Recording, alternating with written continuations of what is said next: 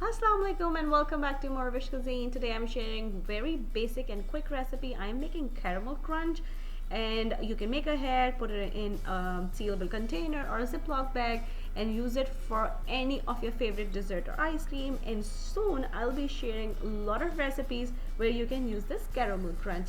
So let's go and make it happen. So let's start our recipe. Bismillah. First, I'm lining up cookie sheet with the piece of parchment paper.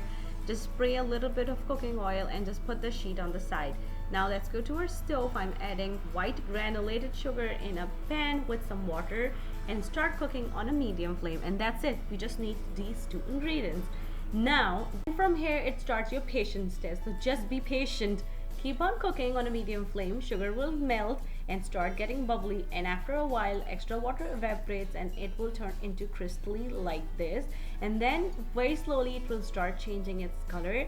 Please don't give up. I gave up one time and I was about to give up this time as well, but after a while it will start melting again, and then it will change its color into a beautiful amber color like so. So when you have this consistency, just transfer it onto your prepared sheet and then leave it for at least 15 to 20 minutes and let it get hardened completely.